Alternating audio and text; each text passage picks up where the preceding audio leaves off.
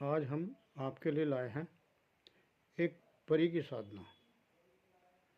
परी शब्द मुस्लिम में बोलते हैं और अप्सरा शब्द हिंदी में बोलते हैं। कोई कहता है मुसलमानी होती है परियां, हिंदू होती हैं परियां। ऐसा कुछ नहीं होता, क्योंकि हमारे यहाँ मृत्यु लोक में हिंदू मुस्लिम है, मगर वहाँ हिंदू मुस्लिम नहीं है। वहाँ सब इंसान है या देव हैं, जो भी हैं, मगर सब एक समान है। तो आज आपको एक ऐसी परी की साधना ला रहा हूँ जो सिद्ध होगी ही होगी, गारंटी के साथ में। मैंने भी की है, मैं बताता हूँ आपको। आप कह रहे होंगे गुरुजी आप वीडियो क्यों डाल रहे हो, जब आपके पास परी की साधना आप क्यों नहीं कर सकते। तो मैं आपको बताता हूँ, मैंने भी परी की एक साधना की। एक बच्ची के रूप में, 10-11 साल की बच्ची के थी, उसकी बेटी के रूप में मैंने साधना की। और साधना मेरी 21 दिन की थी, मगर मुझे 10-11 दिन तक कोई अनुभव नहीं हुआ। मैं साधना करता रहा और उसका उपाय भी था कैसे करनी है साधना। आप भी चाहो तो कर सकते हैं, बच्ची की भी। साधना करनी कैसे है, आपने एकांत में जाना है। मगर मैंने गलती एक की थी, मैं अपनी छत पर साधना कर रहा था, खुले आसमान के नीचे बैठकर साधना कर रहा था। और साधना में क्या क्या भोग देना पड़ता है, कैसे साधना करनी पड़ती है, वो मैं आपको बता रहा हूँ। सबसे पहले आपको जिस स्थान पर साधना करनी है, उस स्थान पर अगर फर्श है तो आपको वहाँ पोछा मार देना है, और कच्चा है तो वहाँ गोबर लीप देना है।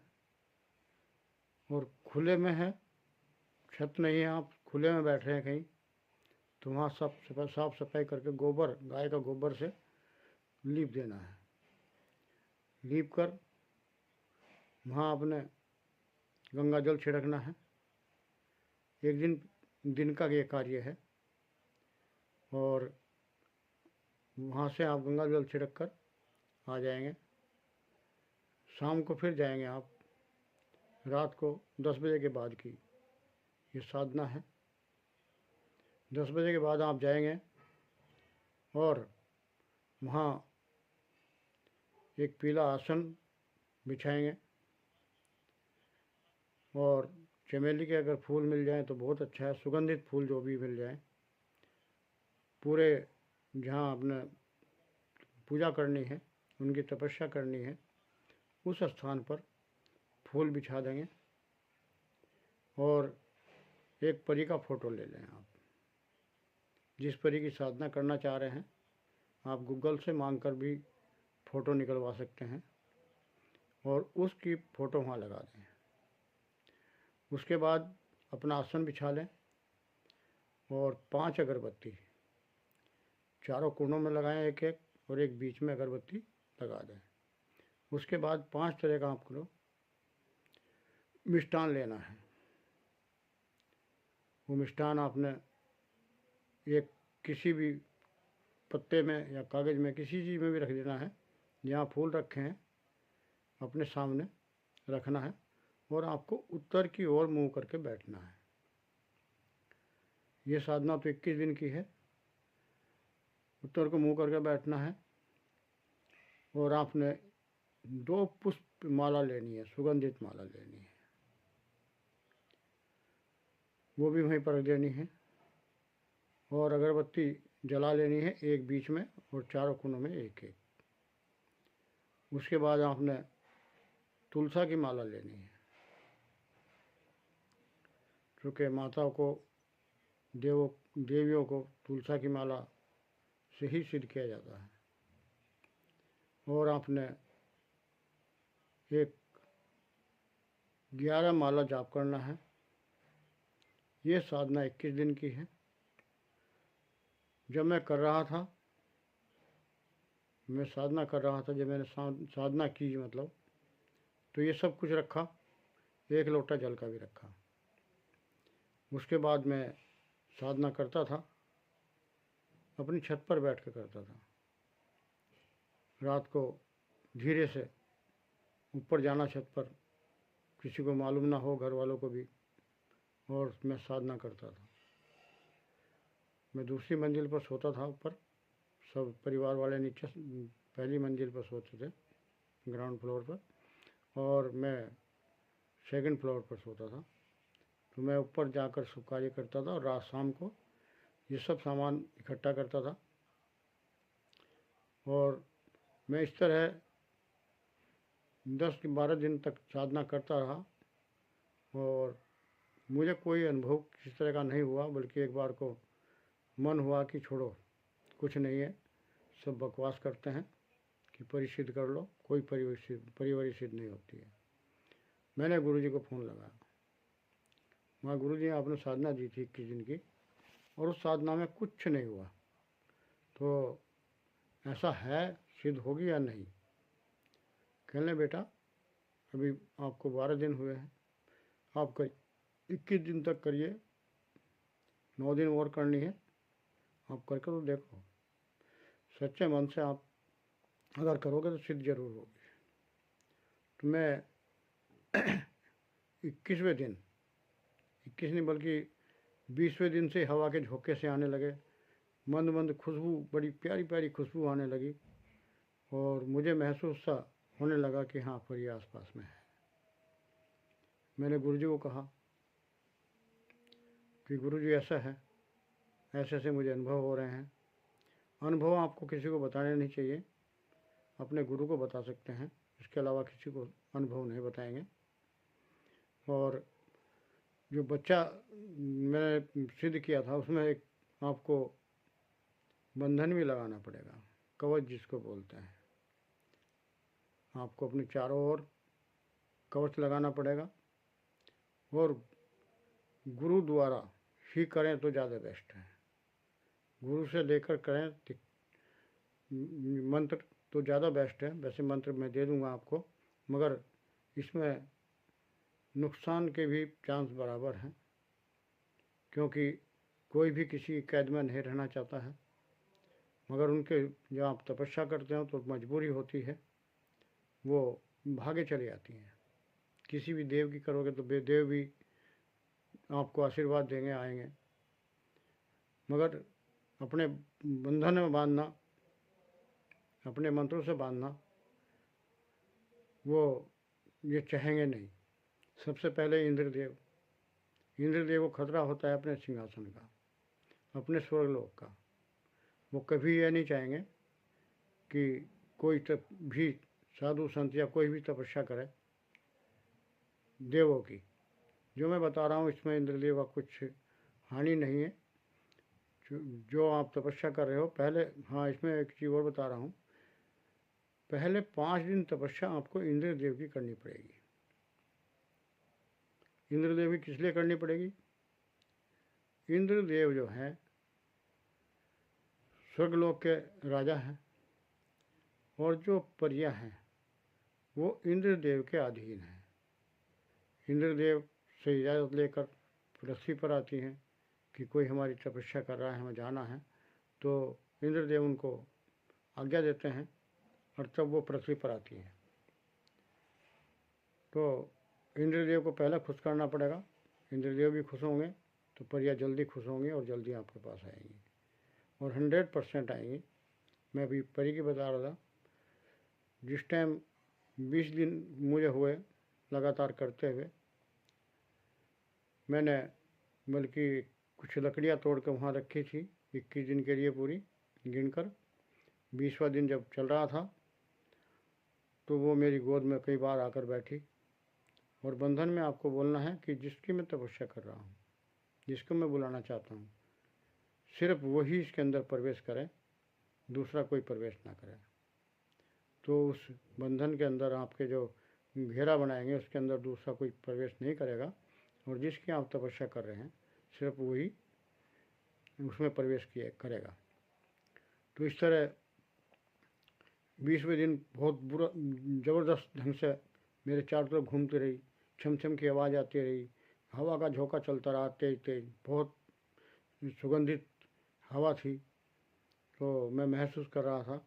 तो 20वें दिन मैं गुरुजी ने कहा था कि आपने 21 दिन पूरा करना है। जब तक वो आके बोल ना दे कि मुझे क्यों बुलाया है, तब तक आपने वो तपस्या करनी है और लास्ट में आपने वचन लेना है, उसकी कोई निशानी लेनी है, और जब वो आपको ज़रूरत पड़े तब उसको बुलाना है। तो ऐसा कुछ वचन भरवाना है।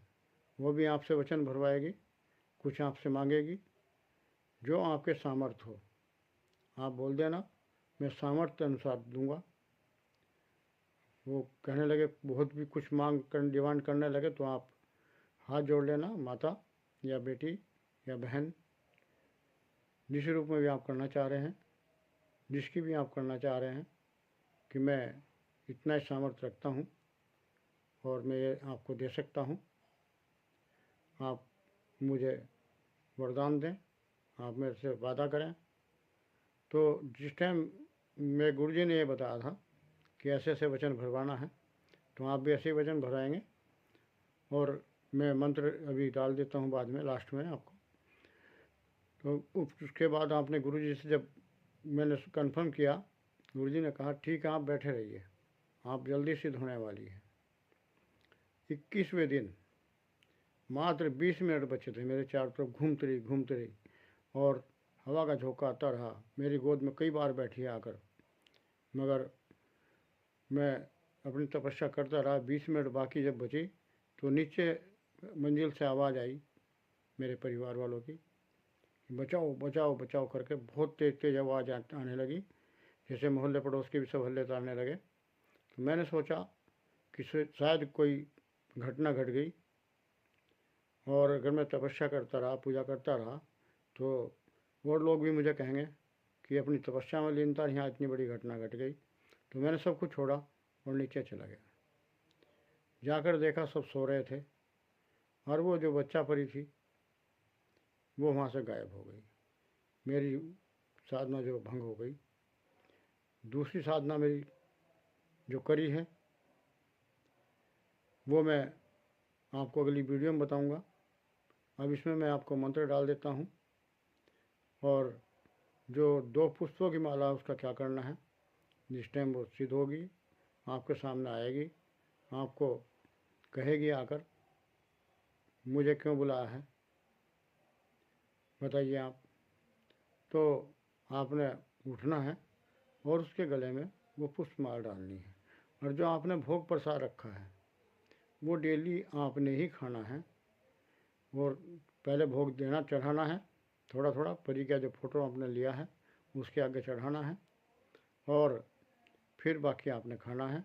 और डेली जो लोटा आप जल का ले रहे हैं वो पीपल के नीचे, पेड़ के नीचे चढ़ाना है। देख लें पहले ही पीपल का पेड़ कहाँ पर है, वो आपने वहाँ चढ़ाना है।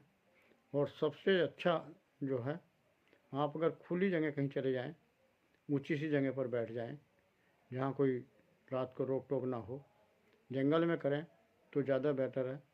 किसी जंगल में पुराने कुएं के पास करें तो उससे भी बेहतर है। और ऊंची जगह पर खुले आसमान के नीचे, जहाँ से सब कुछ दिखाई देता रहे, क्योंकि परियां आसमान से आती हैं और उत्तर दिशा से आती हैं। आपने उत्तर दिशा की तरफ को मुँह करके बैठना है। कहते तो हमारे यहाँ, मैं हरिद्वार उत्तराखंड से हूँ, वो उत्तराखंड में जो है खैट पर्वत पड़ता है। आप गूगल पे भी मांगेंगे तो खैट पर्वत आएगा कि यहाँ परियां निवास करती हैं, यहाँ परियों का घर है। तो ऐसा वहाँ है, क्योंकि एक पहाड़ पर एक परिवार था जो 7 बहनें थी, वो घूमने चला गया उधर, तो परियों को नज़र आया होगा, परियां उनको अपने साथ ले गई। आज तक कोई नहीं लौटी है, ना मृतक शरीर मिला उनका, ना ही लौटी हैं। जो भी वहाँ से उधर चली गई कन्या, उनको अपने साथ ले जाती हैं। और जेंट्स कोई मिलता है तो उनको पागल या मार देती हैं, ऐसा कुछ कर देती हैं। तो वहाँ खैट पर्वत पर लोग बाग नहीं जाते हैं, वहाँ तेज़ आवाज़ बजाना बंद है, ढोल धमाके बंद हैं, अलाउ नहीं है। तो इस तरह का वहाँ खैट पर्वत है। तो खुले पर आती हैं और उत्तर दिशा से आती हैं। तो मैं आपको अभी मंत्र डाल देता हूँ और आपको मैं अपना परिचय भी दे देता हूँ। मैं चंद्रपाल चौहान, शिष्य गुरु गोरखनाथ। मैं आपको दूसरी जो मैं साधना की है अभी, साधना करते समय आप ये ना माने कि पूरी ज़िंदगी मेरे साथ रहेगी। ये कुछ समय लेकर आती हैं। 6 महीने आपके साथ रहे, 6 महीने तक आपका सारे कार्य करेंगे। साल भर के लिए आए, 2 साल के लिए आए, जितना समय इंद्रदेव वहाँ से भेजते हैं कहकर, उतने समय आपके साथ रहेंगे और आपको कोई भी कष्ट नहीं होगा, कोई बीमारी आपके शरीर में नहीं रहेंगी। आपका शरीर चुस्त पुस्त हो जाएगा। आप 25 साल जैसे लगने लगेंगे। जिस टाइम आप संपूर्ण साधना कर लेंगे तो आपके शरीर में सारी बीमारियां ख़त्म हो जाएगी। चेहरा तो जो कि तो रहेगा, चमक आ जाएगी चेहरे पर। बाकी उम्र तो कम नहीं हो सकती, मगर आपके अंदर से जितनी बीमारियां सब खत्म हो जाएंगी। धन दौलत जो भी आपकी इच्छा है वो सारे कार्य आपके करेगी। और आपको जिस रूप में आप मना रहे हैं उस रूप में ही आप बुलाइए और जब भी आपको आवश्यकता हो वो आएंगी, वहाँ पे कार्य करेंगे और चली जाएंगी। तो मैं डाल देता हूँ मंत्र आपको।